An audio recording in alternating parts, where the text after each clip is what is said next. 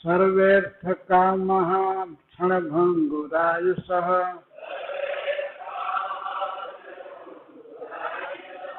कुर्वन्ति मर्त्यस्य कियत् प्रियं चलः।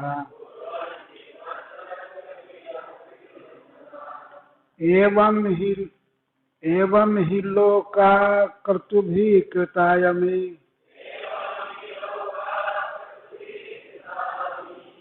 क्षयिष्णवः सातिशया न निर्मलः। तस्माददृष्टश्रुतदूषणं परम्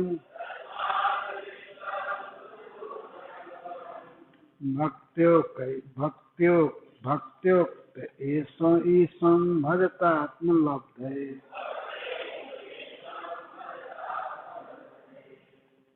जदर्थ इह कर्माणि विद्वन्मान्यः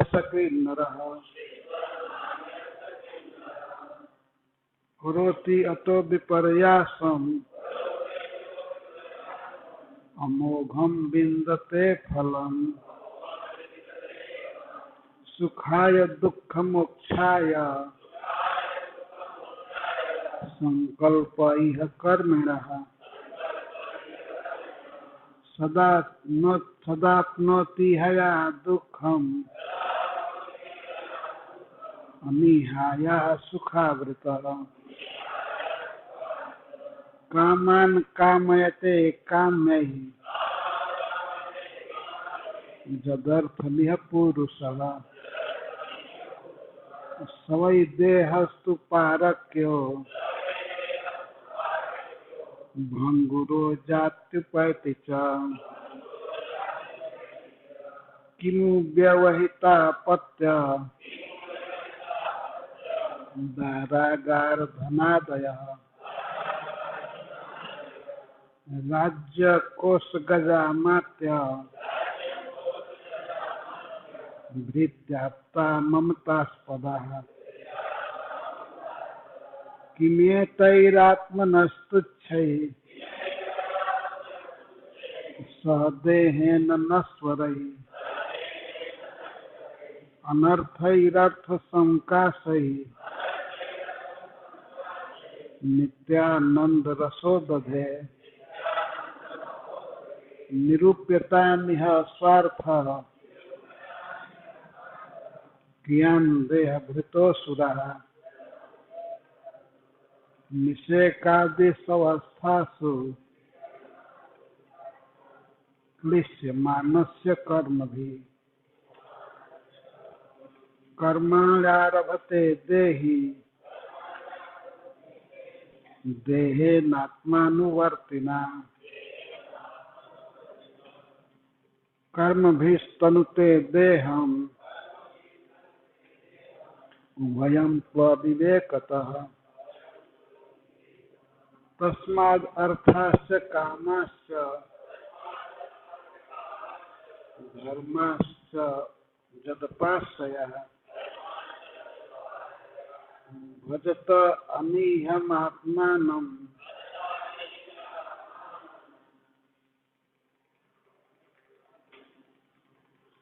अनीहं हरिमीश्वरम्। तस्मादर्थाश्च कामाश्च धर्माश्च जदपाश्रयः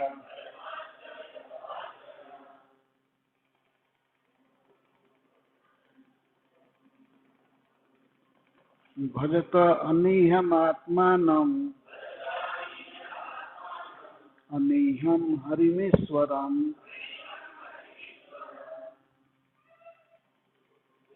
तस्मादर्थाश्च कामाश्च धर्माश्च जदपाश्रयः भजतानीहयात्मानम् अनीहं हरिमीश्वरम्।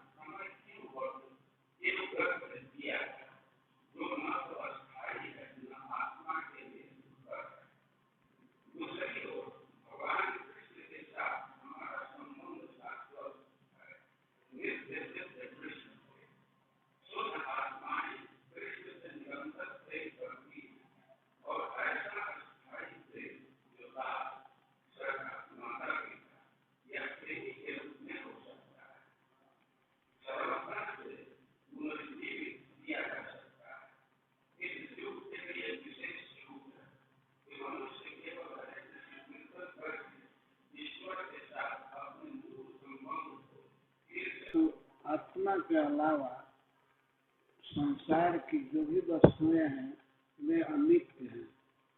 तो नित्य का अनित्य से संबंध कैसे हो सकता है? जो नित्य है उसको अनित्य वस्तु कब तक देगी, कितना देगी? तो नाम गिना रहा सकते, राय कलत्रम पशव सुतादय। राय का था हमको इससे सुख मिलेगा, उसके बारे में प्रहलाद महाराज कर रहे हैं। कोष अथवा बहुत अनाज इकट्ठा करके रखा है या पेटी में भर भर करके कई सेट कपड़ा रखा है, वो भी कोष है। भूत और बहुत प्रकार के भोग की सामग्रियां भरी हुई हैं घर में, अब सब जगह पूरे राज्य में सब जगह है। तो ये सर्वे अर्थ कामा, ये सभी अर्थ धन और विषय भोग की वस्तुएं क्षण भंगुरायुष मर्त्य कियत प्रियम कुर्वन्ति, कितना प्रिय कर सकते हैं ये सभी। सर्वे अर्थ कामा, सब मिल करके बहुत बड़ा कोष है, बहुत सुंदर भवन है, समस्त सुविधाओं से युक्त, पत्नी बहुत ही सुशीला है, सुंदरी है,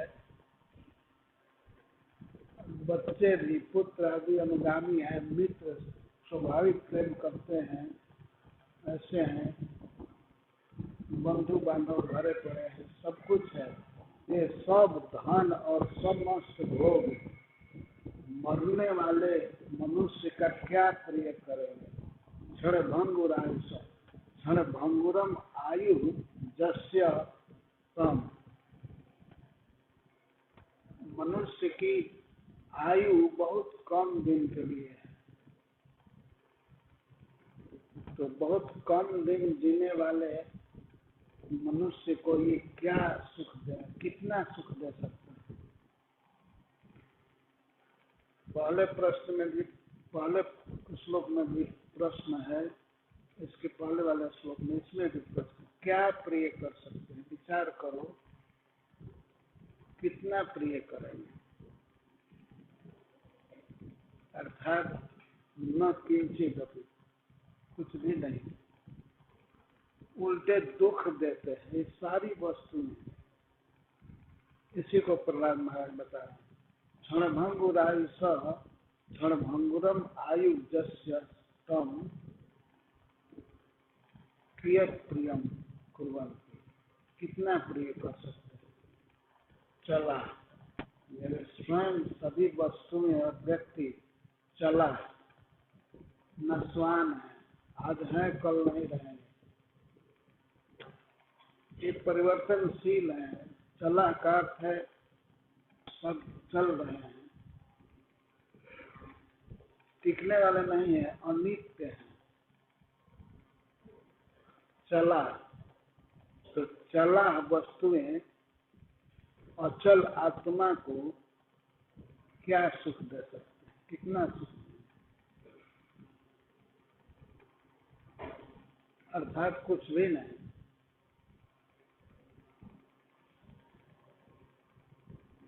राय कलत्रम पशव सुतादयो गृह मही कुंजर कोशभूत सर्वेर्थ कामा क्षण भंगुरायुष कुर्वन्ति मर्त्य से कियत प्रियम चला। इन सब वस्तुओं को संग्रह, वस्तुओं का जो संग्रह किया है वो तो भी मर्त्य है, मनुष्य। मनुष्य में ये बहुत बड़ा दोष है, उसमें संग्रह की बहुत प्रवृत्ति रहती है। इसीलिए उपनिषद में कथा है कि एक बार देवता और असुर के प्रतिनिधि तथा मनुष्यों के कुछ प्रतिनिधि ब्रह्मा जी के पास पहुंचे और ब्रह्मा जी से प्रार्थना की, हमको उपदेश कीजिए। तो ब्रह्मा जी ने केवल एक शब्द, एक अक्षर कहा, द, तो सब समझ गए। द कह करके उन्होंने देवताओं से पूछा कि आप समझ गए? तो उन्होंने कहा कि हाँ। देवताओं मतलब देवताओं के प्रतिनिधि या इंद्र देव या वरुण देव गए होंगे, तो उनसे पूछे, मनुष्यों से पूछे। मनुष्यों में प्राइम मिनिस्टर या राष्ट्रपति गए होंगे या राजा गया होगा, तो पूछे तुम समझ गए? हाँ समझ गए, आपका उपदेश समझ गए। तो ब्रह्मा जी ने पूछा असुरों से, उपदेश समझ में आ गया? तो हाँ आ गया। तो उन्होंने बारी बारी से पूछा क्या अर्थ समझे? तो देवताओं ने कहा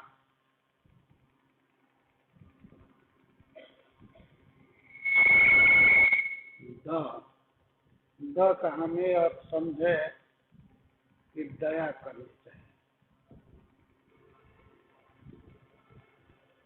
देवता लोग कहे कि हम लोग बहुत भोग में रहते हैं, तो भोगों में नहीं रहना चाहिए।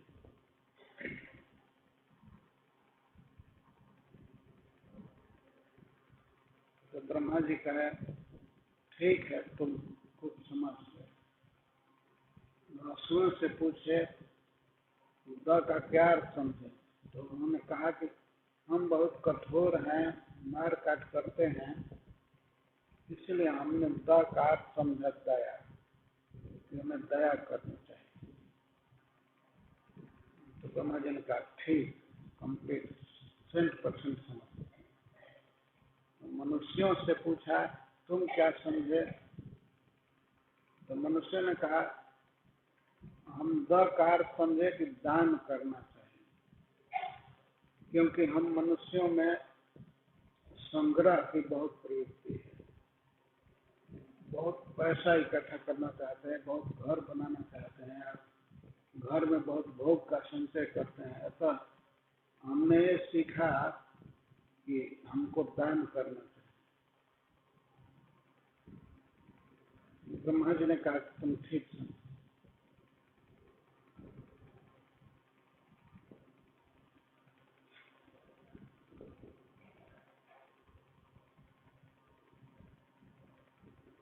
तो तीनों समझ गए केवल द कहने से। एक अक्षर से सबको उपदेश ब्रह्मा जी ने किया।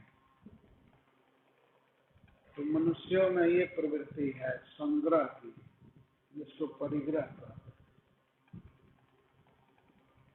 बहुत इकट्ठा करना, बहुत प्रकार की भोग वस्तुएं जुटाना।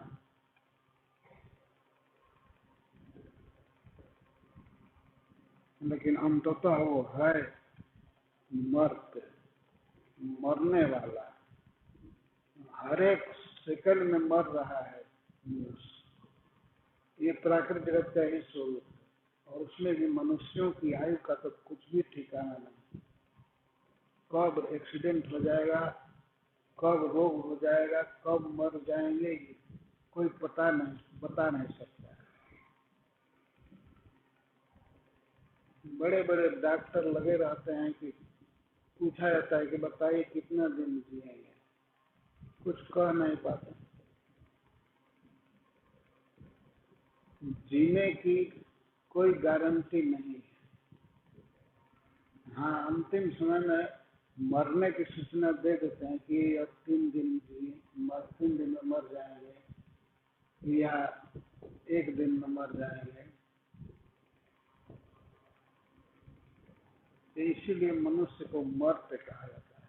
सारे जगत में जो भी है मनुष्य, ये प्रहलाद महाराज भी मनुष्य थे और वो हिरण्यकशिपु मनुष्य था। मनुष्य में जो बहुत बिगड़े हुए होते हैं वे असुर हो जाते हैं। असुर कोई जाति का नाम नहीं है। मनुष्यों में जो कृष्ण के भक्त नहीं है वे असुर हैं, और कृष्ण के भक्त वही सुर हैं, देवता हैं।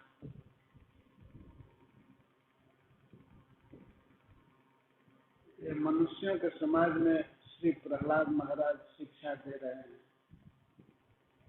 तो इसीलिए हम मनुष्यों के लिए शिक्षा बहुत उपादेय है। मनुष्य बहुत जल्दी मरता है और कल कोई ठीक नहीं रहता, कब मर जाएगा, इसीलिए इसको मर्त्य कहते हैं। मर्त्य का शाब्दिक अर्थ है मरने योग्य, मर्त्य। तो मनुष्य की आयु भी क्षण भर की है, कुछ पता नहीं है कब मर जाएगा। तो ये सब संग्रह की गई वस्तुएं उसको कितना सुख दे सकती है? कुछ भी नहीं। पर जीवन भर लगा रहता है व्यक्ति आर्थिक विकास के लिए, और पैसा आवे और पैसा आवे। गृह का, घर में रहने वाले का एक ही उद्देश्य होता है संबंधियों का कि हमारा पैसा बढ़े, भोग बढ़े।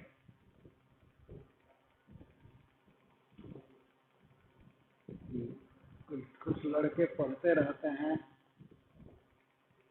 तो किस लिए पढ़ रहे हैं कि पढ़ करके हम अर्थ अर्जन करेंगे, और अर्थ उपार्जन करके इसके बाद उसके बल से बहुत इंद्रिय तृप्ति के सामान खरीदेंगे, उसी में लगे हुए हैं। सबका यही प्रयास है। पिता चाहता है कि हमारा लड़का पढ़ करके कमाए, और पुरुष चाहता है कि स्त्री भी कमाए। आजकल तो एक फैशन चल गया है, लोग कहते हैं कि हमको पढ़ी लिखी लड़की चाहिए, इसलिए जो कुछ काम करती है। ऐसे नपुंसक लोग भर गए। वे चाहते हैं कि हमारी पत्नी कमा करके हमको दे, जबकि नियम ये है कि पुरुष को कमाना चाहिए और पत्नी घर का काम करे। लेकिन सभी लोग चाह रहे हैं केवल पैसा पैसा। तो श्रील प्रभुपाद कहते हैं विश्व इतिहास में देखा गया है बड़े बड़े साम्राज्य कायम हुए, बहुत धन संग्रह हुआ, बहुत बड़ी सेना, बड़ा वर्चस्व, लेकिन सब मिट गए। जैसे हम लोग इतिहास में पढ़ते हैं, रोम के इतिहास में, तो सब नष्ट हो गए। यूरोप में बड़े बड़े वर्चस्वी लोग हुए, जैसे बोनापार्ट, नेपोलियन, हिटलर, मुसोलिनी, लेकिन क्षण भर में नष्ट हो गए। हिटलर कहता था, सारे विश्व को चुनौती देता था कि ये हमारी अधीनता स्वीकार करो, और नहीं तो हमारे बम की ज्वाला में मरने के लिए तैयार है, हम बम पटक देंगे। यदि जीना चाहते हो तो हमारी शरण में आ जाओ, हमको सरेंडर करो। लेकिन वह भी मर गया।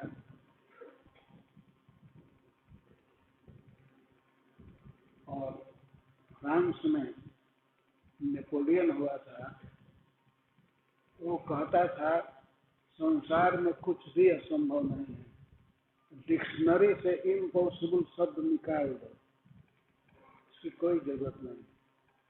इतना अभिमान में था। और उसे शत्रुओं ने पकड़ करके एक छोटी सी कोठरी में बंद किया, जेल में, बहुत छोटा कमरा, और उसमें वो बिना खाए पिए तड़प तड़प करके मर गया। इस प्रकार से जो इम्पॉसिबल शब्द को निकालने को कहता था, उसके लिए पॉसिबल हो गया मरने का। इस तरह बड़ी पीड़ा से मरा हुआ, पानी के लिए तरस रहा था, भोजन के लिए तरस रहा था। उसने बहुत सताया था दूसरे लोगों को, तो उसको फल मिला। तो ये संसार की संपत्ति और राज्य सबका यही हिसाब है, मरना पड़ता है। ये तो बहुत दूर देश की बात है। अपने देश में ही कितने साम्राज्य उत्पन्न हुए और नष्ट हो गए। जैसे मुगलों का साम्राज्य,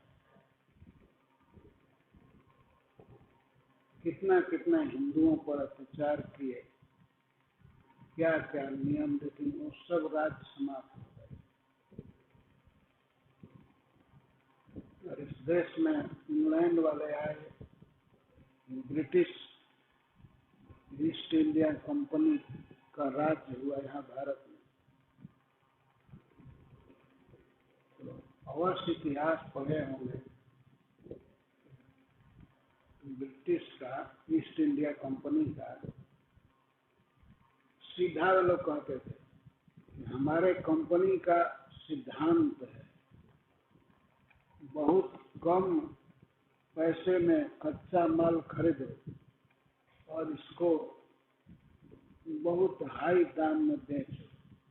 यही हमारे कंपनी का मोटो है, यही सिद्धांत है।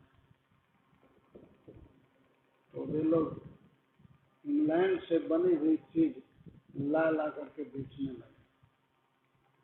यहाँ कपड़े बनते थे बहुत अच्छे अच्छे, लेकिन कपड़ा बनाना बंद करा दिए। और मैनचेस्टर से कपड़े आते थे और बहुत से सामान। और भारत के लोग इतने बेवकूफ बन गए थे कि वे जब देखते थे मेड इन इंग्लैंड वस्तु है, इंग्लैंड की बनी हुई, तो उसको स्वीकार करते थे। और इस प्रकार से बढ़ते बढ़ते उस कंपनी का राज पूरे भारत में हो गया। पर जैसे तैसे भगवान की कृपा से वो राज्य समाप्त हो गया।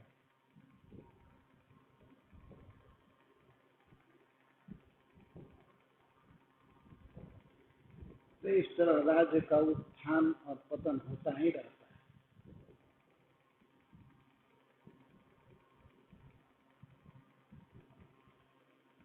तो ये श्रील प्रभुपाद जी इन सब बातों का संकेत करते हैं, विश्व स्तर से तात्पर्य में लिखते हैं। लेकिन हम लोगों को अपने स्तर से सब बात समझनी है। हमें क्या सुख देगी ये वस्तु, कियत् प्रिय कुर्बन, कितना प्रिय कर, क्योंकि हम नित्य हैं, अनादिकाल से हैं और अनंत काल तक रहेंगे। और बीच में विविध प्रकार का देह मिलेगा, देह मिलता है और देह के अनुसार भोग भी मिलता है। तो वे भोग भी अनित्य है, नश्वान है, देह भी नश्वान है। तो क्या हम इसी में लगे रहें? ये कर्तव्य हमारा नहीं है। हम इस बात को समझें। राय कलत्रम पशव सुतादय, धन और स्त्री पुत्र आदि, पशु, भोग सामग्री, खेत, दुकान, महल, सब नश्वान है। ये क्या देंगे? कुछ भी नहीं। अगर कोई कहे कि यहाँ सुख नहीं है लेकिन हम शरीर छोड़ करके जाएंगे स्वर्ग में, तो वहाँ तो सुख है ना। तो प्रहलाद महाराज कहते हैं एवं ही लोका कर्तव्य कृता है। और जैसे इस पृथ्वी की दशा है मनुष्य समाज में, तो और भी जो लोग हैं, जो स्वर्ग है, वह भी ऐसा ही है। एवं ही लोका क्रतुभिकृता क्षयिष्णव सातिशयान्न निर्मला। सब लोग क्षयिष्णु हैं, नाशवान है। और क्रतुभिकृता, क्रतु यज्ञ, यज्ञों के द्वारा वो प्राप्त होता है। वो यज्ञ करने से स्वर्ग मिलता है, बड़ा भारी भारी यज्ञ। तो क्रतुभिकृता, ये यज्ञ का अनुष्ठान करने से स्वर्ग लोक मिलता है। वह भी क्षयिष्णव, नाशवान। भागवत में कहा गया है तावत स्वर्गे प्रमोदेत यावत पुण्यम समाप्यते। एक खास समय में स्वर्ग मिलता है किसी को, और कब तक वो स्वर्ग में रहता है, जब तक उसका पुण्य रहता है। पुण्य समाप्त नहीं, पुण्य समाप्त होने पर देवता लोग धक्का दे करके गिरा देते हैं, ऐसा भागवत में लिखा गया है। अनिच्छन्न भी, इच्छा नहीं होती है व्यक्ति को कि हम स्वर्ग से जाएं, लेकिन पुण्य समाप्त होने पर वैसे धक्का दे करके हटा देते हैं जैसे वोट में हार जाने पर संसद में कोई जा नहीं सकता। बस एक खास अवधि तक स्वर्ग में रहना। वो भी सातिशया, स्व अतिशय। स्वर्ग में बहुत ग्रेड है, एक से एक बढ़ करके स्थान। तो वहाँ हमेशा स्पर्धा रहती है कि हम ऊंचे पद पर चले जाएं, हम ऊंचे पद पर चले जाएं, हमको बेटर विमान मिले, हमको उर्वशी आदि स्त्रियां मिले। संतोष नहीं रहता है देवता, हमेशा यही भावना है हमसे वो बढ़ करके है, हमसे वो बढ़ करके है। अपने पास जो कुछ सामान है उसे भोगने की उतनी लालसा नहीं होती है जितना लालसा होती है कि दूसरे को ना मिले,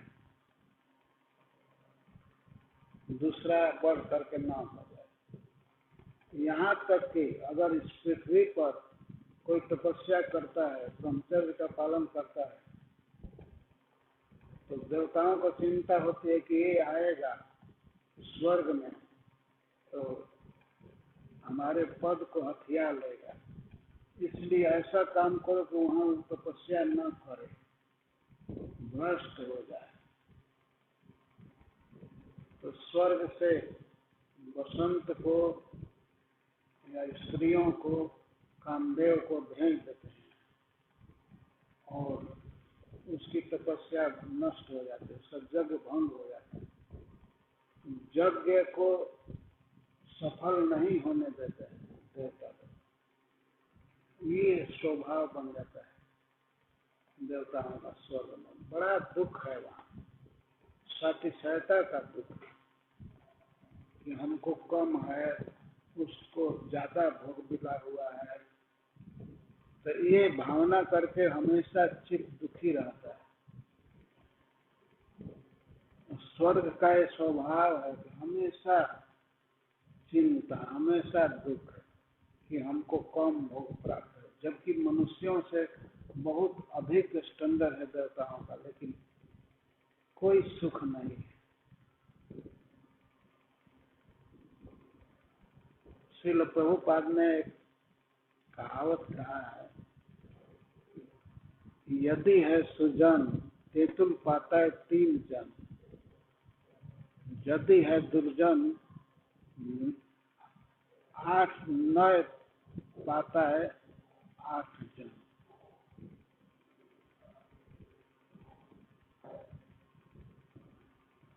यदि सज्जन होगा बंगला में एक कहावत है, सज्जन होगा तो इमली के एक पत्ते पर 3 आदमी बैठ जाएंगे।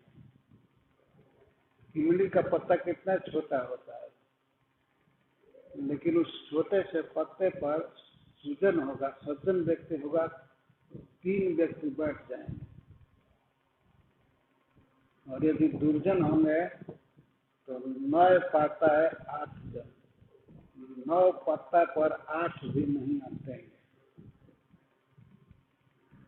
इसका क्या मतलब हुआ? एक पत्ता पर 3 आदमी बैठेंगे तो इसका अर्थ है कि 3 पत्ता पर 9 आदमी अट गए। लेकिन शिल प्रभुपाद कहते नहीं, 9 पत्ता पर भी 8 आदमी नहीं आते हैं। उसका अर्थ है 9 पत्ता दिया गया बैठने के लिए 8 व्यक्ति को, तो एक को 2 पत्ता दिया गया।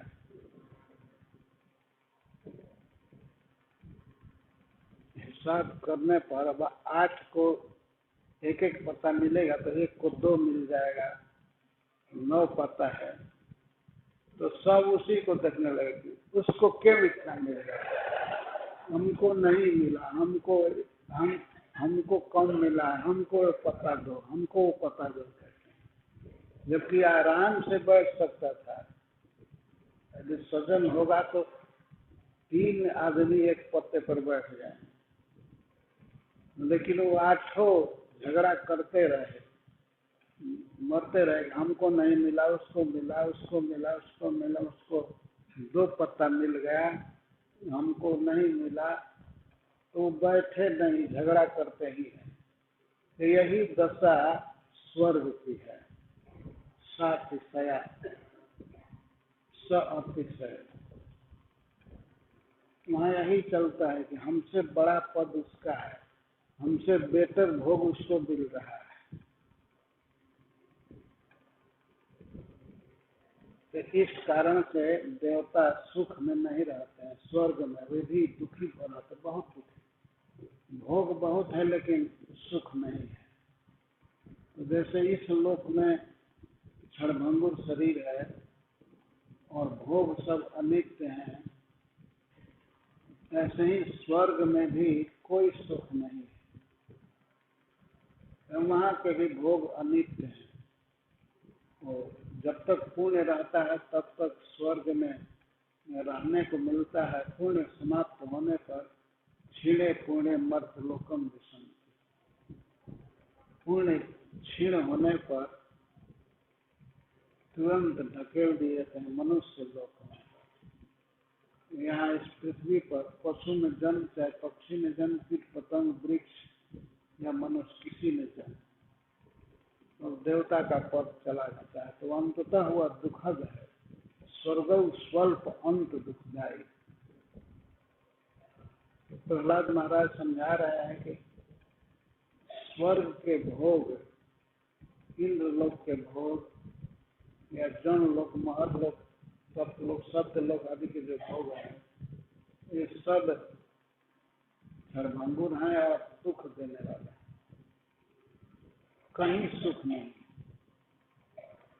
एवं ही लोका कटुभीकृता अमी, अमी मन ये स्वर्गीय लोक सब क्षयिष्णु नष्ट होने वाले हैं।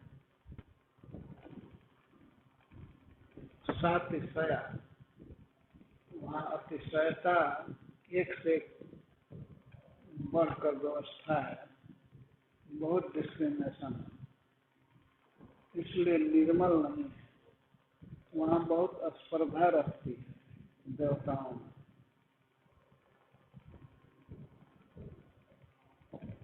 इस पृथ्वी पर पृथु महाराज बहुत बड़ा यज्ञ कर रहे थे तो इंद्र आकर के घोड़ा चुरा दिए, भेष बदल करके साधु बन करके घोड़ा चुरा दिया, और इसीलिए उनको पृथु महाराज का लड़का मार नहीं पाया। जब मारने जाता था धनुष बाण ले करके तो इंद्र घोड़ा को छोड़ करके एक साधु का वेश धारण कर लेते, चाहे कपाली चाहे सन्यासी, कुछ बन करके घूमते। तो जा करके उल्टे वो विजयदास जिसका नाम था पृथु महाराज का लड़का, वो प्रणाम करने लगा, चला इंद्र को मारने और उल्टे प्रणाम। भाई साधु को देखकर प्रणाम करना ही चाहिए, तो प्रणाम करता था। घोड़ा लौटाने की बात तो दूर है। इस तरह से बहुत पाखंड का प्रचार किया देवराज इंद्र ने, केवल अपना स्वर्ग बचाने के लिए कि ये पृथु महाराज स्वर्ग न आ जाए। स्वर्ग में आएंगे निश्चित इनको इंद्र पद दे दिया जाएगा या बहुत बड़े अध्यक्ष बनेंगे, इसीलिए न आना था। यहाँ ब्राह्मण लोग जग कर रहे थे, तो पृथु महाराज को पता चला कि इंद्र घोड़ा चुरा रहा है, बहुत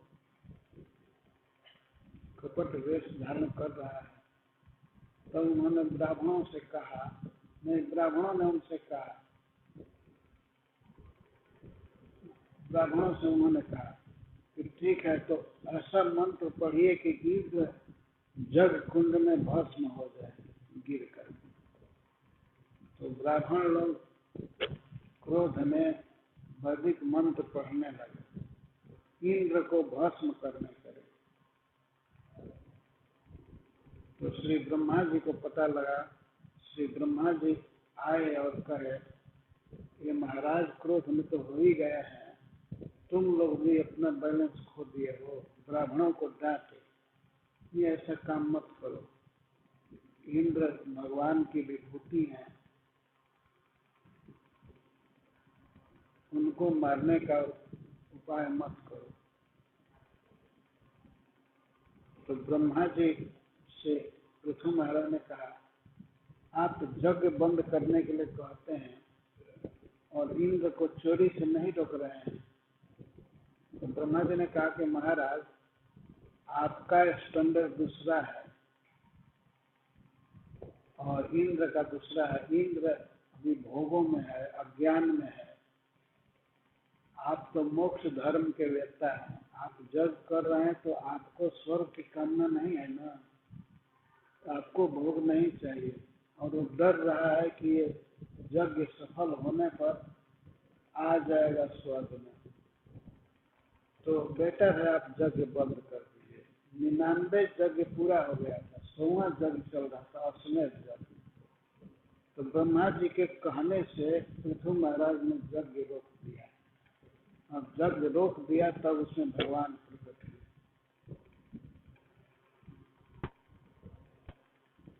तो ये स्थिति होती है देवताओं, स्वर्ग में कोई सुख नहीं है, केवल मनुष्यों के स्टैंडर्ड से कह दिया जाता है कि एतम भूत्वा स्वर्गलोकम विशालम। जैसे भगवान कहते हैं स्वर्ग में विशाल सुख है, लेकिन तत्वतः देखा जाए तो कोई सुख नहीं। जब मन जलता रहता है और स्पर्धा रहती है, हमको कम मिला है, उसको ज्यादा मिला है, ये भावना हमेशा रहती है, तो वो सुख कहाँ है।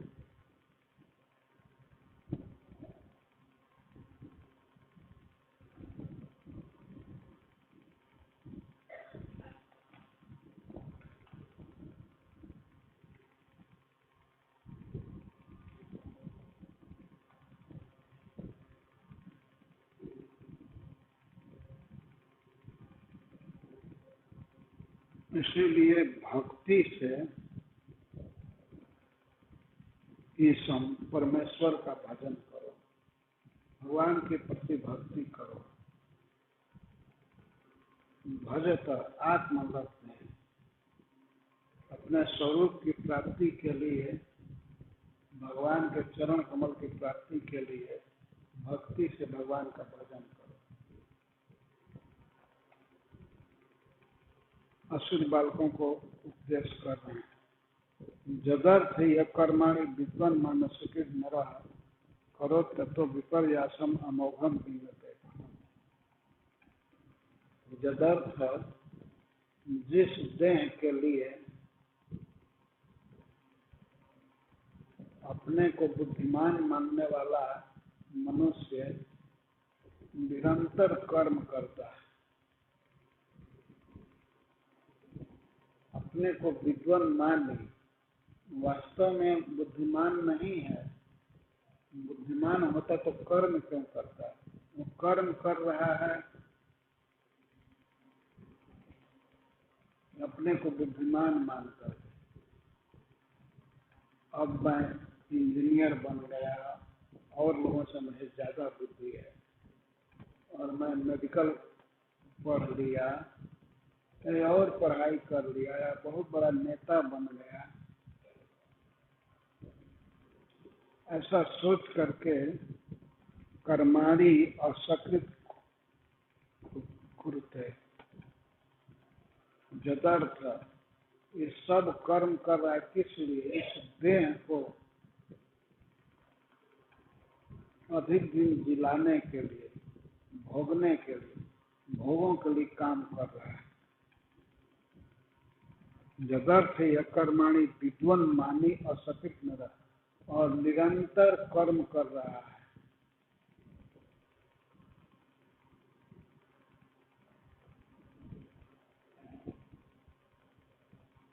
करोति अतः, लेकिन ऐसे कर्म से विपर्यासम फलम अमोघम मिलता।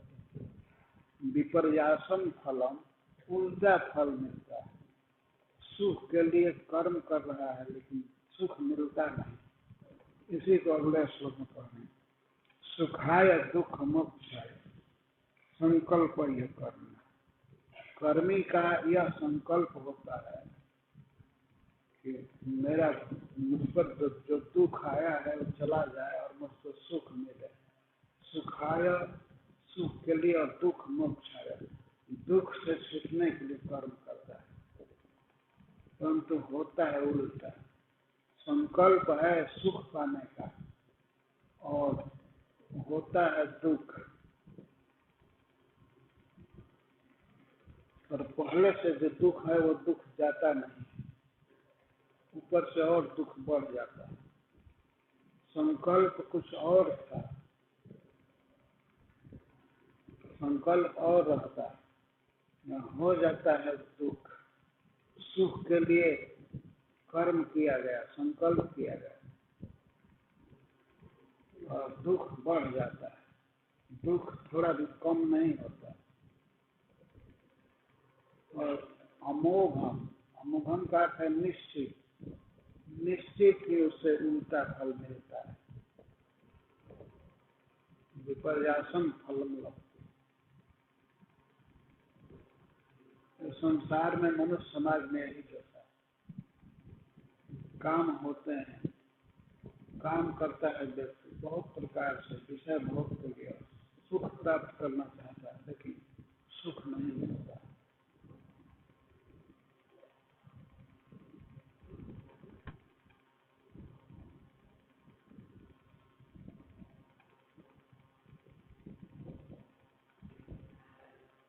उल्टा होता है। दुख से मुक्त होने के लिए व्यक्ति का काम करता है, लेकिन दुख से मुक्त होना तो दूर रहा, दुख और बढ़ जाता है। और सुखाय सुख के लिए कर्म करता है, सुख मिलता नहीं। इसलिए बुद्धिमान व्यक्ति को चाहिए कि ऐसे संकल्प ही ना करें और ऐसे भौतिक संकल्प से फिर कर्म न करें, सांसारिक कर्म न करें। प्रहलाद महाराज ये कह रहे हैं कि जब उसे सुख मिलता ही नहीं और दुख मिलता है तो कौन बुद्धिमान व्यक्ति वही काम करेगा। ये सुख के लिए कर्म के, मान लीजिए कोई उद्योग या कोई भी कार्य करने के पीछे उद्देश्य रहता है बेटे का हमको ये सुख मिल जाए, सुख मिलता ही नहीं, उनसे दुख बढ़ जाता है, तो क्यों वही कर्म करेगा। बेटर है भगवान की भक्ति करो। प्रहलाद महाराज यही कहा, भक्ति से सुख मिलता है। कामन कामयते कामे, जदार्थ में पुरुष, जिसके लिए मनुष्य काम करता है, कर्म करता है, सवई देह सुपारक भंगुरो जाट बैठते, देह के लिए ही सब काम करते हैं ना। वो देह के लिए, वो देह चाहे अपने पुत्र का देह हो उसके लिए, या पत्नी का देह, या मित्र का देह, पिता का देह, समाज में भी तो सब देह ही के लिए काम कर रहे हैं। कोई आत्मा के लिए नहीं काम कर रहा, देह के लिए।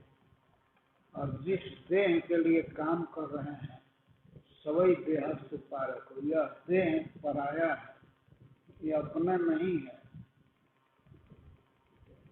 यह अंत में आग में जला दिया जाएगा, या कुत्ता खा जाएंगे। गिद्ध और सियार का यह भोजन, स्वसृगाल भक्ष। मनुष्य इतना सवारता है, अपने को सजाता है, इसके लिए काम करता है, और यह शरीर अंत में किसके काम आएगा? जिसके काम आएगा उसी का है। तो यह पारक्य है। पारक्य का अर्थ है कि यह सियार का है, कुत्ते का है, गिद्ध का है। यदि आज इस शरीर को यहाँ कोई छोड़ दे, ये मर जाए और रोड पर रख दीजिए, तो इसके पास कौन आएंगे? जिसका है उसी वही आएंगे। कुत्ता सबसे पहले आएगा, और रात्रि होने पर सियार आएगा, और गिद्ध कौवे यही लोग आएंगे ना, क्योंकि उन्हीं का यह है। इसीलिए प्रहलाद जी कह रहे हैं शरीर पारक्य है। तो हम शरीर को सजा रहे हैं, इसमें बहुत प्रकार से तेल लगा करके, पाउडर लगा करके सजाते हैं, परंतु यह शरीर कुत्ता का भोजन है। तो कुत्ते के भोजन को इतना मान देते हैं, सजा रहे हैं। या कुछ खाते पीते हैं, तो खाने पीने का जो रस निर्यास बनेगा वो है ये देह। तो ततः कुत्ते का भोजन हम जुटाने में लगे,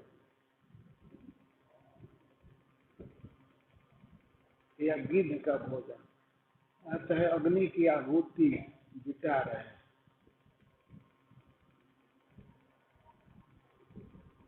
तो यह ज्ञान है, वैराग्य है। श्रीमद् भागवतम सुनने पर भक्ति, ज्ञान और वैराग्य तीनों बढ़ जाते हैं। ये श्रीमद् भागवतम में केवल यही कथा नहीं है कि भगवान बांसुरी बजाए और गोपियों के साथ डांस कर रहे हैं। इसमें ज्ञान वैराग्य है।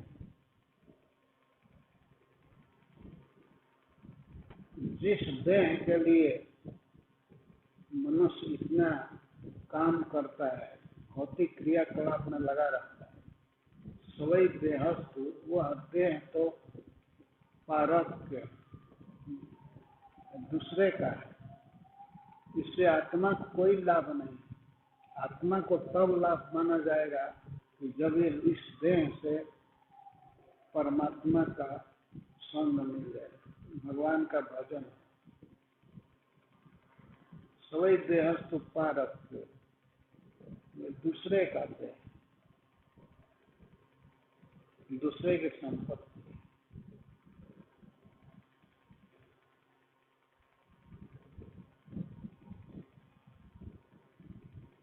और क्षणभंगुर या भंगुर है, नष्ट होने वाला। जाति पैत, यह आत्मा को छोड़ करके चला जाता है और कभी कभी आत्मा का ही आलिंगन करता है। कभी देह मिलता है, छूट जाता है और फिर नया दूसरा देह मिलता है, छूट जाता है। इसलिए इस शरीर के लिए बेचैन होने की आवश्यकता नहीं है। हे असुरपुत्र,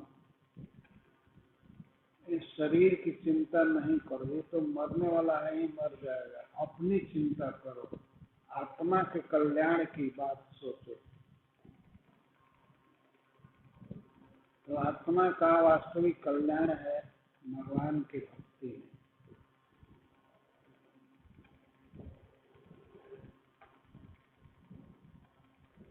फिर किमु व्यवहिता पत्य दारागार धना, जब शरीर ही क्षणभंगुर है तो शरीर से संबंधित वस्तुएं या लोगों के विषय में क्या कहना है।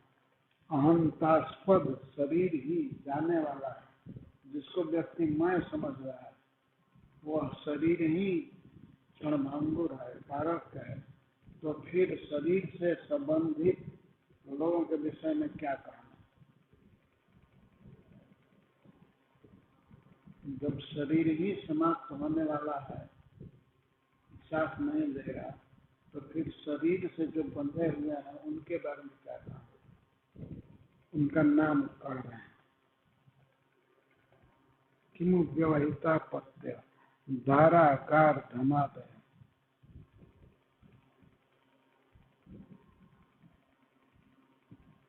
राज्य कोश गजा मात्य भृत्यात्ता ममतास्पद। तो जब अहम ही जाने वाला है, जिसको हम इतना प्रेम करते हैं, अपना स्वरूप मान लेते हैं, ये देह ही नस्वान है, क्षणभंगुर है, तो फिर ममतास्पद, जिनमें हम मम बुद्धि करते हैं कि यह मेरी वस्तु है, तो वो नष्ट हो जाएगी। इसमें क्या आश्चर्य। अहंतास्पद देह भी जाने वाला है, तो फिर ममतास्पद की क्या बात है।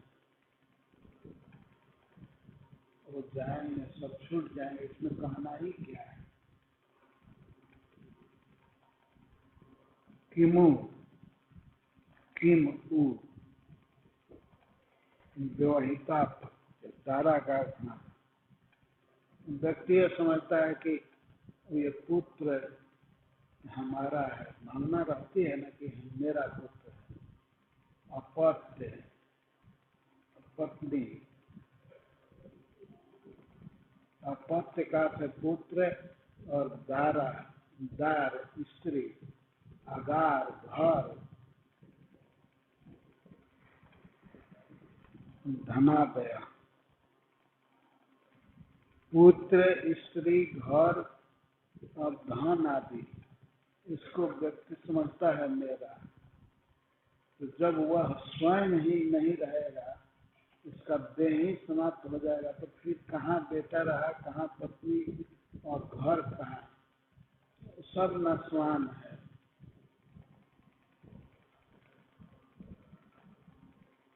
किमेतर आत्मनस्तुच्छ, इन तुच्छ वस्तुओं से क्या सुख मिलेगा जी। सह देहन नश्वर, देह के नष्ट होते हैं ये सभी नष्ट होते हैं। जिस दिन आंख की अंतिम पलक गिरेगी, आंख बंद हो जाएगा, तो न स्त्री काम में आएगी, न बेटा, न घर, कुछ नहीं। फिर उस व्यक्ति को घर से निकाल करके श्मशान में कर दिया जाता है। बड़े प्रेम से, ममता से जिस घर को बनाया, उसमें कोई रहने के लिए नहीं कहता। जो भी संबंधी आता है या मित्र आता है तो कहता है अब क्या देरी, ले चल हो। सब लोग यही कहते हैं अब ले चलिए। कहाँ ले चलिए? जहाँ इनका शरीर दफनाया जाएगा वहाँ। अब घर में रखना ही नहीं, सभी लोग यही कहते हैं घर से निकालो। उस घर में वो बड़ा परिश्रम किया, श्रृंगार किया घर का, बहुत धन लगाया, ममता थी, लेकिन घर में रहने के लिए एक सेकंड भी कोई नहीं कहता। अगर ये घर में रह जाएगा तो भूत हो जाएगा और दूसरों को तंग करेगा, ऐसा लोग कहते हैं। इसलिए जल्दी निकालो। तो बेटा कहाँ तक जाएगा? वो जाता है साथ में, स्मशान तक चला जाता है। मित्र हो सकता है स्मशान तक चले जाए। और पत्नी के लिए निर्देश है कि उसको घर से बाहर नहीं निकलना चाहिए। तो पति अकेला जाता है अर्थी पर चढ़कर, और पत्नी देखती रह जाती है, हाय हाय करती रहती है, लेकिन अब जा नहीं सकती। और जाए भी तो कहाँ तक जाएगी? स्मशान पर। और देह चिता पर आग की लपट में जलकर स्वाहा हो जाता है। तो ये स्थिति है। जिस देह के लिए व्यक्ति सबको जुटाया, घर बनाया, बच्चा पैदा किया, पत्नी का संग्रह किया, और जो भी खजाना बैंक बैलेंस आदि किया, सब छूट जाते हैं। दो चीज है, एक व्यक्ति और धन। तो धन से तात्पर्य है पुत्र, स्त्री, मित्र आदि। तो वह व्यक्ति ही छोड़ करके इनको जाएगा या ये छोड़ देंगे उसको? दोनों में एक निश्चित छोड़ेगा। या तो वह व्यक्ति ही छोड़ करके मर जाएगा, मरने पर तो अकेले ही जाता है न व्यक्ति, और कुछ भी साथ में नहीं जाता। कुछ पता ही नहीं रहता कि वे कहाँ गए। अगर पता लग जाए तो शायद ट्रांसफर कर सकता है कि बैंक का रुपया ट्रांसफर कर देंगे, वहाँ का पता बताएंगे क्या, लेकिन कुछ पता नहीं लगता कहाँ गया। और सभी कहते हैं कि तो चले गए, चले गए इतना पता होता है कि चले गए, कहाँ गए पता नहीं होता। स्वर्ग में गए या नरक में गए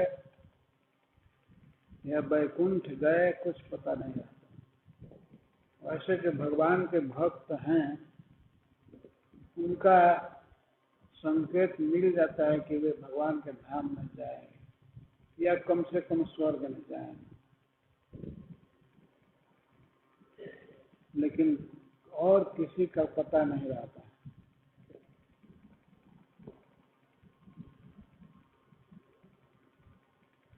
रावण जब मर गया तो उसकी स्त्रियां विलाप कर रही, तो वो कहती हैं कि हाय पति देव, आप ऐसे कर्म किए कि आप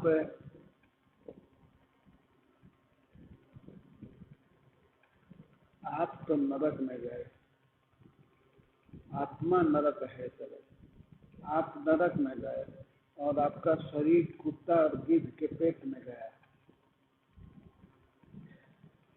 और हम लोग विधवा हुए, हम विधवा हुई, आपका देह गया कुत्ते और गिद्ध के पेट में, और आप गए नरक में। अपने घर की खास पत्नियां ये बात कहती हैं, भागवत में लिखा हुआ है, आत्मा नरक है तले। आप ऐसा काम किए कि निश्चित आप नरक में जाएंगे। यद्यपि वो नरक में नहीं गया क्योंकि भगवान ने उसको मारा, परंतु पत्नियां कह रही हैं कि आपने जैसा काम किया था उसके अनुसार तो यही लगता है कि आप नरक में गए।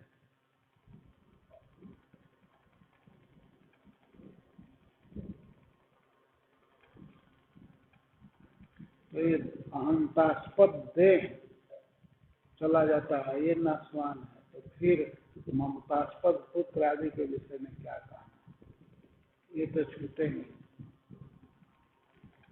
अथवा देह छूटने से पहले छोड़ करके चले जाएंगे।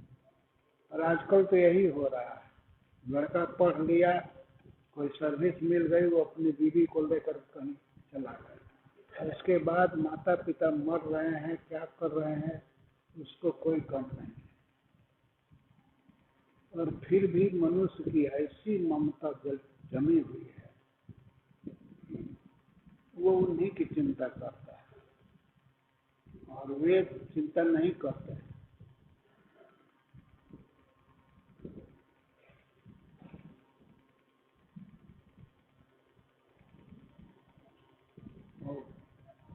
लड़के को और लड़के की पत्नी को अपने घर से निकालने के लिए एक फेस्टिवल होता है अमेरिका में। मैं कई जगह भाग भी लिया हूँ। तो पूछा कि ये कैसा उत्सव है, और तो आज लड़का इस परिवार से अलग हो रहा है। और ये भारतीय परिवार जो अमेरिका में रहते हैं उनमें मैं देखा कि लड़का अपने पैर पर खड़ा हो गया, कमाने लगा, अपनी पत्नी के साथ अलग रहेगा, दूसरे घर में कहीं लेगा घर, और अब निकालना है इसको, इसलिए फेस्टिवल हो रहा है। तो वही बात अब भारतवर्ष में भी आ गई है। जीवित अवस्था में बेटा बाप को छोड़ करके चला जाता है।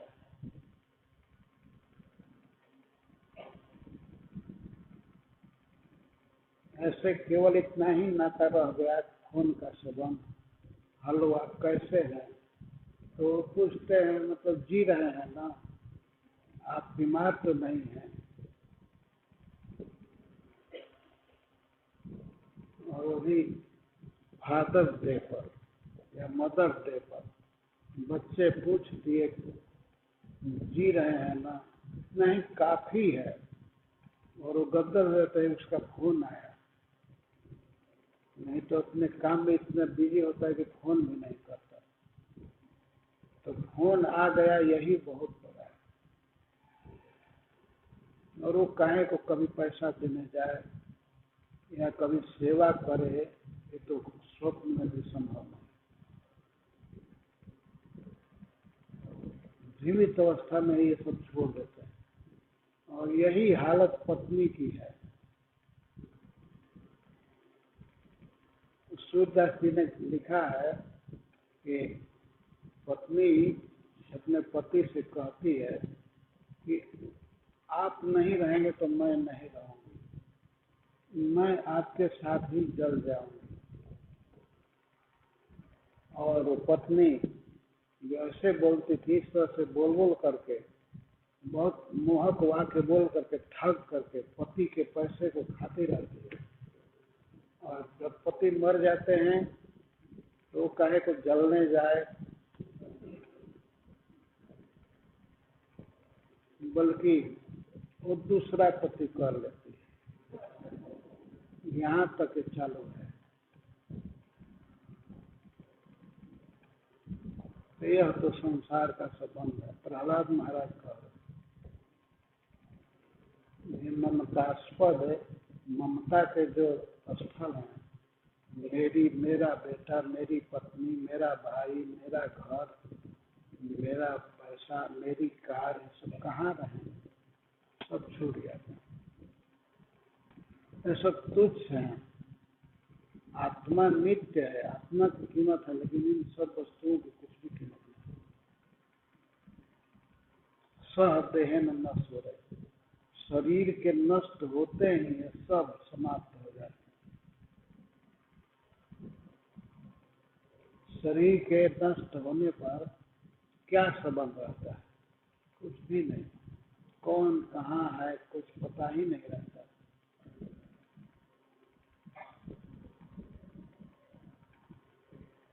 निरूप्यता निह स्वार्थ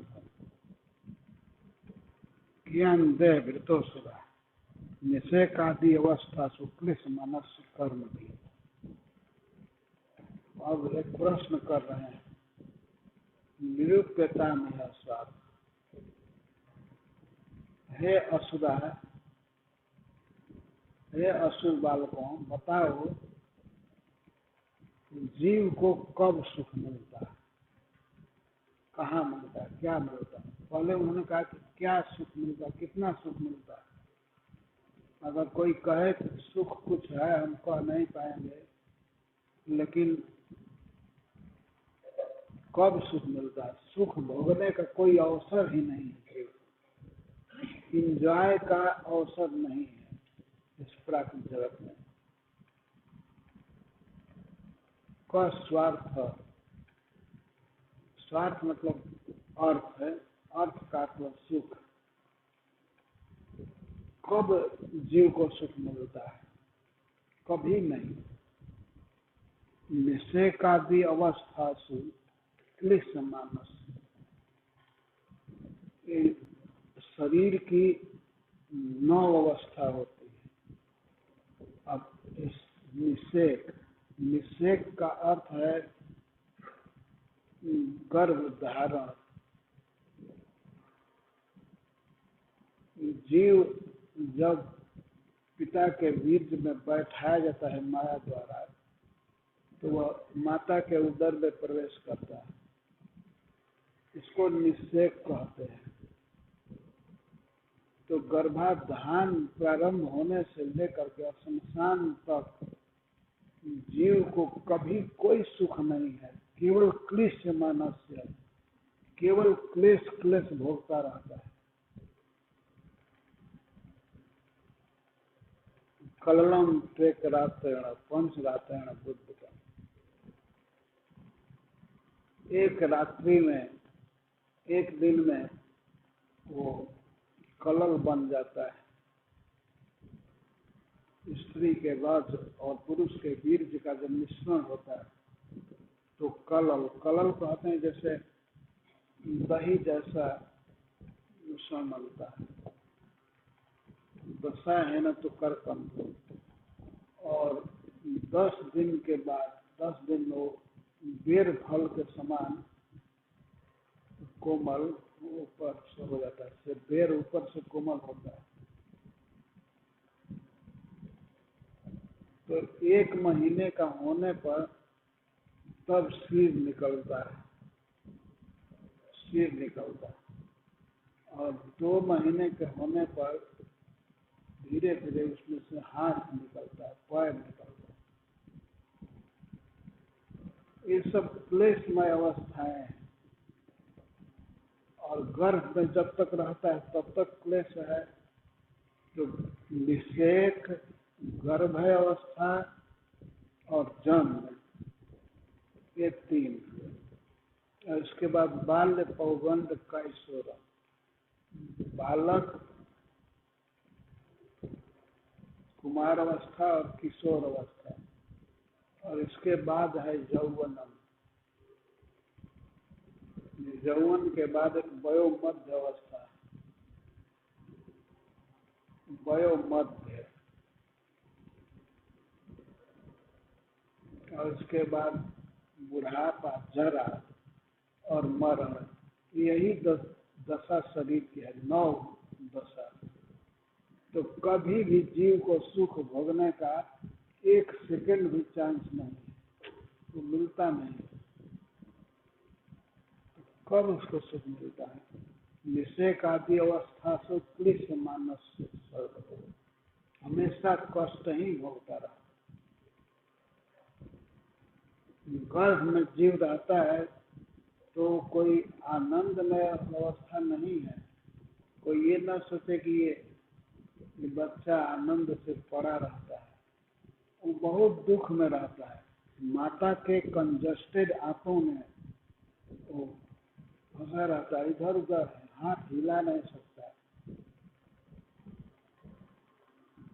जैसे सिर रहता है वैसे ही रहता है, और सिर को इधर उधर नहीं कर सकता।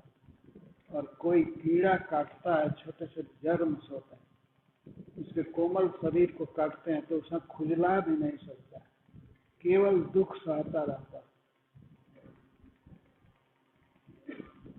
ये भूख से व्याकुल रहते हैं कीड़े, और इस बच्चे को वो काटते रहते हैं। बड़ी कठिनाई से उसका जन्म होता है। जन्म के समय बहुत दुख होता है, बहुत संकीर्ण मार्ग से उसको निकलना होता है, तो बहुत ज्यादा प्रेशर उसके शरीर पर पड़ता है, बहुत पीड़ा होती है। तो इस सब दशाओं में कष्ट है। और जन्म हो गया शिशु, शिशु है तो उसको भूख प्यास तो लगेगी ही, तो रोता रहता है। प्राय जन्म के समय सभी बच्चे रोते हैं, तो रोता रहता है। तो रोना कोई आनंद का प्रकाश नहीं है, वो तो शोक का, दुख का की निशानी है। तो रोता रहता है। और कैसे बिछौने पर उसको सुलाया जाता है, जो बहुत गंदा रहता है, जिसमें खटमल भी रहते हैं, जो भी रहते हैं। तो वे उस टेंडर शरीर वाले बच्चे को, उसके कोमल चमड़े को काटते रहते हैं। बहुत दुख होता है। और यदि वह थोड़ा बड़ा हुआ तो खेलना चाहता है, खाना चाहता है, तो उसका पालन ऐसा व्यक्ति करता है जो स्वयं बच्चे की भावनाओं को समझता नहीं।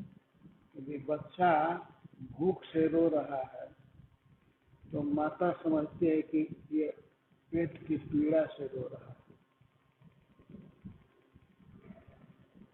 तो उसको भोजन न दे करके वो दवा दे देती है। दवा से उसको और कष्ट होता है। या कभी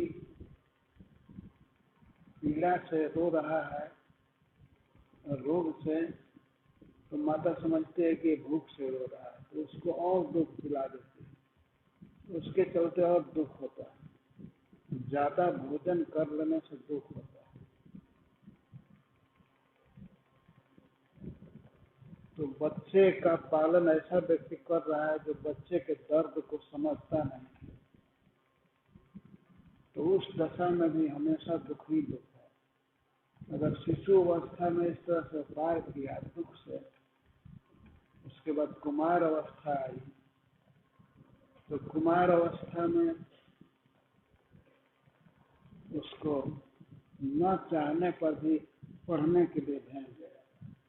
बच्चा चाहता है खेलो, स्वतंत्र घूमो, लेकिन उस पर फोर्स होता है जाओ पढ़ने, और बक्सा बांध देते हैं। ये बहुत सी किताब है, और वो चाहता नहीं है, लेकिन फिर भी अब स्कूल में जाता है, नर्सरी कक्षा में बैठता है, और उसकी यही प्रतीक्षा रहती है कब छुट्टी मिले।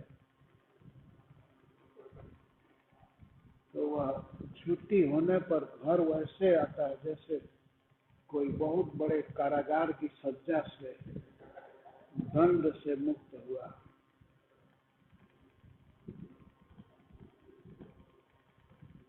तो उस समय में दुख नहीं दुख। और किशोर अवस्था सब समय दुख है। केवल प्लान बनाते रहते हैं लोग कि अब ये सुखी होगा, अब पढ़ लिख जाएगा, अपने टांग पर हो जाएगा, कमाएगा। और पैसा कमाने भी लगता है तो उसको कोई सुख नहीं होता। और अब कमा रहा है तो उसकी इच्छाएं, योजनाएं बहुत बढ़ जाती। हमको ये करना है, ऐसा फ्लैट लेना है, ऐसा वाहन लेना है, और उसके पैसे सारे समाप्त हो जाता है। वो चिंता नहीं रहता है प्लान करने में। जो मन में हमेशा कामनाएं बढ़ जाती हैं, ये कामना वो कामना, युवावस्था में तो काम हृदय को जलाता है। कामना से मुक्त होना चाहिए। लेकिन जब तक एक काम है, कामना है, इच्छा है, तब तक जीव को चलना पड़ता है। तो जवानी में ये बहुत बड़ा दोष है कि बचपन में जो कामनाएं सोई रहती हैं, वो शरीर के जवान होने पर सब जवान हो जाती है। उसे कामना होती है स्त्री संग की, इंद्रिय सुख पाने की, ये लाना चाहिए, वो लाना चाहिए, ऐसा करना चाहिए, तो सुखी नहीं रहता।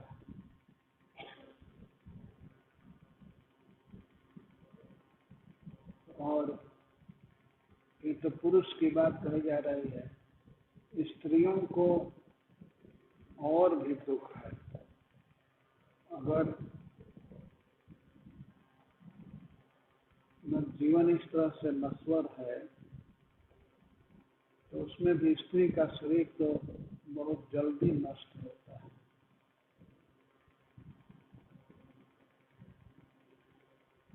बंगाल में एक कहावत है, कुड़ी, कुड़ी का अर्थ होता है 20 संख्या। तो कहावत है, कुड़ी से बूढ़ी, 20 बरस की स्त्री बूढ़ी मानी जाती है। वो लोग कहते हैं सीधा कुड़ी से बूढ़ी, जो 20 बरस की स्त्री हो गई वो बूढ़ी हो गई, कुड़ी से बूढ़ी।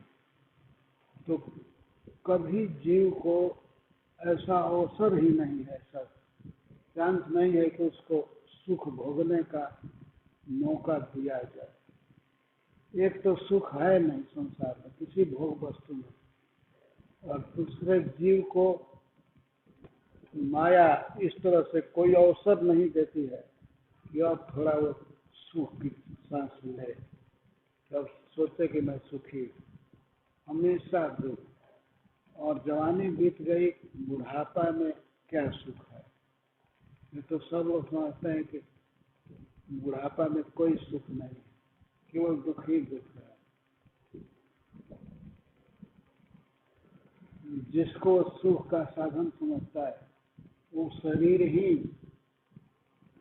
इनवैलिड हो जाता है, सुख भोगने का जोग नहीं रहता। दांत टूट जाते हैं, आंख मंद पड़ जाती है, कान से सुनाई कम पड़ता है, बोली नहीं निकलती। तो किसी को बुलाना हुआ तो हाथ से इशारा करके व्यक्ति बुलाया। और हमने पढ़ा है तो संत वाणी कल्याण में कि अगर बूढ़ा चुपचाप खाट पर सोया रहे तब भी दुख है, उसके अंगों में बहुत दर्द होता है। अगर कुछ बोल, कुछ राय दिया तो बेटा कहता है अब इसको चुप भी नहीं रहा जाता है, और बृहस्पति जी बन गया, सलाह दे रहा, कुछ करने की शक्ति तो रहती नहीं है। अगर कुछ सलाह देगा तो पत्नी भी सुनती नहीं है, वो भी मुंह फेर करके बैठी है, कह देती है कि अब इनसे चुप भी नहीं रहा जाता है। अरे चुपचाप रहो, मतलब बोलना भी नहीं आता है। और खाने के लिए घर में कोई फेस्टिवल है, दिवाली है या कोई उत्सव है, तो सब लोग खाते हैं, कोई पकौड़ी खा रहा है, कोई जलेबी खा रहा है, कोई मिठाई खा रहा है, और बेचारा बूढ़ा टुकुर टुकुर देखता रहता है, देख भी नहीं सकता। और सब लोग खा लेते हैं, तब याद पड़ती है उस बुढ़वा को भी दे दो। तो बड़ी दया किए, बड़ा स्नेह किए कि ले जाते हैं प्रसाद, और खा नहीं सकता, उसको डायबिटीज है, बेचारा जलेबी कहाँ से खाएगा। और कोई कठिन पदार्थ है, कड़ा है, दांत है ही नहीं, चबाएगा।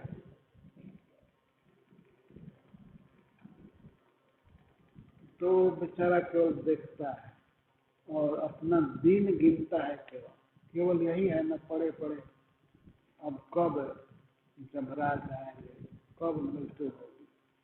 तो मृत्यु मरने में भी काफी कष्ट होता है। तो इस प्रकार शरीर की 9 अवस्थाएं हैं। निषेक आदि अवस्था से क्लिष्ट मानस सर्वदा। निषेक गर्भधारण, जन्म, शिशु अवस्था, कुमार अवस्था, किशोर अवस्था, यौवन, वयोमध्य और बुढ़ापा और मृत्यु। इन सब अवस्थाओं में जीव हमेशा क्लेश में रहता है। तो कब उसको सुख भोगने का अवसर है? कभी सुख भोगने का अवसर नहीं। ये तो भ्रम है, मूर्खता है कि लोग मान लेते हैं कि मैं एंजॉय कर रहा हूँ। यहाँ केवल सफर करना है, एंजॉय का प्रश्न नहीं है। सफर की सब व्यवस्था है माया के द्वारा, और इतना कष्ट भोगने पर भी भगवान की भक्ति नहीं करते हैं। यही बहुत बड़ा शोक की बात है। तो प्रहलाद महाराज अंत में कहते हैं कि तस्मात्, इसलिए जब कर्म करने से दुख ही हो रहा है, सुख नहीं मिलता है, तो कर्म न करके भगवान की भक्ति ही करनी चाहिए। तस्मात् अर्थाश्च कामाश्च,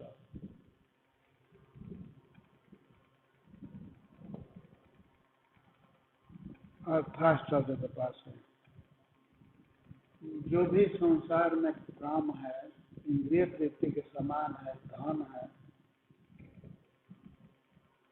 या मोक्ष है, ये सब भगवान के अधीन है, भगवान के हाथ में है। जगपाश्रया, तस्मात् अर्थाश्च कामाश्च,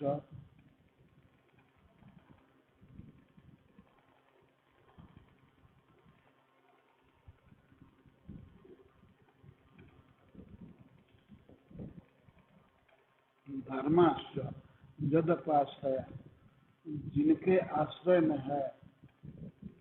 अर्थात भगवान की कृपा हो जाए तो सब कुछ मिलता है। धर्म, अर्थ, काम, ये सब प्राप्त होता है जीव को।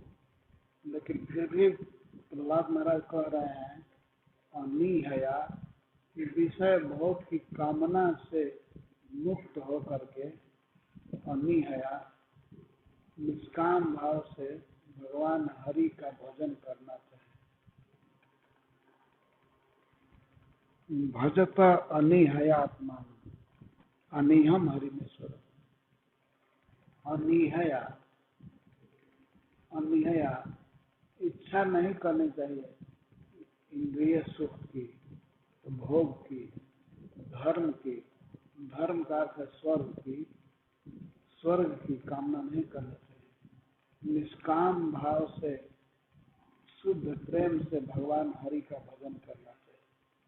क्योंकि भगवान हरि अनिह है। अनिह का अर्थ है समस्त कामनाओं से शून्य।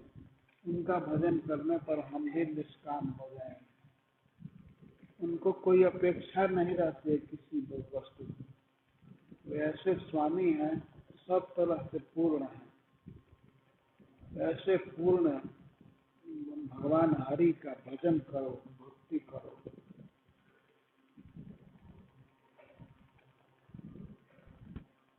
भजत अनिहयात मानो, अनिहम हरिमेश्वरम। जो हरि हैं अपने भक्त के संसार दुख का हरण कर लेते हैं। आपने जो शरीर की 9 अवस्थाएं सुनी, तो यही है संसार। भगवान हरि जो हर लेते हैं, अपने भक्त के संसार दुख को हर लेते हैं, ये हरि है, श्री कृष्ण। और आत्मा है सभी जीवों को। यदि उनका भजन करोगे तो यही समझो अपना भजन कर रहे हैं। वो अपना स्वरूप है, वही वास्तव में परमात्मा है। तो उनका भजन करो और ये बहुत आवश्यक है, क्योंकि वे ईश्वर हैं। नहीं भक्ति करने पर दंड भी दे सकते हैं, क्योंकि सर्व नियंता है, सबके शासक हैं। गीता में भगवान कहते हैं कि सभी धर्मों को छोड़कर मेरी शरण लो, तो कोई भीख नहीं मांगते हैं, तो वो कमांड करते हैं, आज्ञा है कि ये काम करना चाहिए। तो ये आज्ञा है भगवान की, इसलिए आज्ञा मान करके भगवान का भजन करो। ये ऑप्शनल नहीं है, ये अनिवार्य है। भगवान हरि का भजन करो, ये अपनी परम आत्मा है, तो उन्हीं के भजन में सुख है, नहीं तो और किसी भी भोग में, वस्तु में, व्यक्ति में सुख नहीं। हरे कृष्ण, जय श्री प्रभु।